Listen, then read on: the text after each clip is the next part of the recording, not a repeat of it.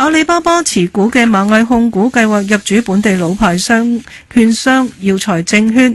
耀才今日復牌高開超過65%，後升幅一度擴大至接近1倍，收市升2%，報5個5毫半，市值94億元。分析預料，耀才中長期將加劇同富途嘅競爭。證券業界人士話，本港部分中小型券商投入力度不足，難與中資嘅券商競爭。由方元輝報道。耀才上星期五收市後公布，主席葉茂林將向阿里旗下嘅螞蟻釋售所持有嘅50.55%嘅股權，作價28億1400萬。按例螞蟻需要提出無條件強制現金邀約，螞蟻打算維持耀才嘅上市地位。耀才表示，香港證券經紀行業深陷收入下降同利潤率惡化嘅困境，同時亦面臨日趨激烈嘅競爭。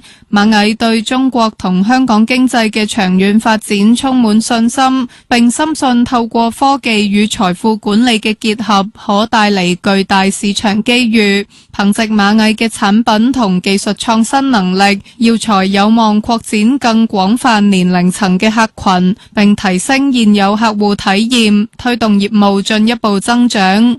摩根大通預計耀才將增加研發支出，轉型為更數字化嘅零售券商，過程需要1至2年。估計耀才可能喺中長期加劇同富途嘅競爭。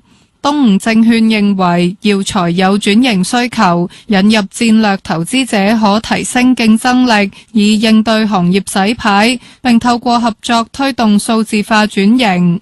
香港證券及期貨專業總會會長陳志華表示，部分中小型券商投入力度不足，導致難以同中資券商競爭。投入嘅力度不足，形成一個不進則退嘅情況。中資券商落嚟香港嗰陣，會搲咗好多啲銷售團隊去走㗎嘛。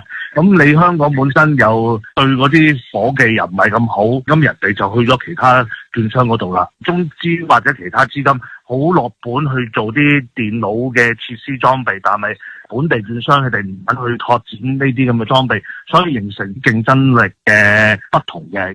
耀才由葉茂林喺1995年創立，截至3月底，全年度純利升1成，至6億1300萬，客戶戶口總數超過58萬7千個。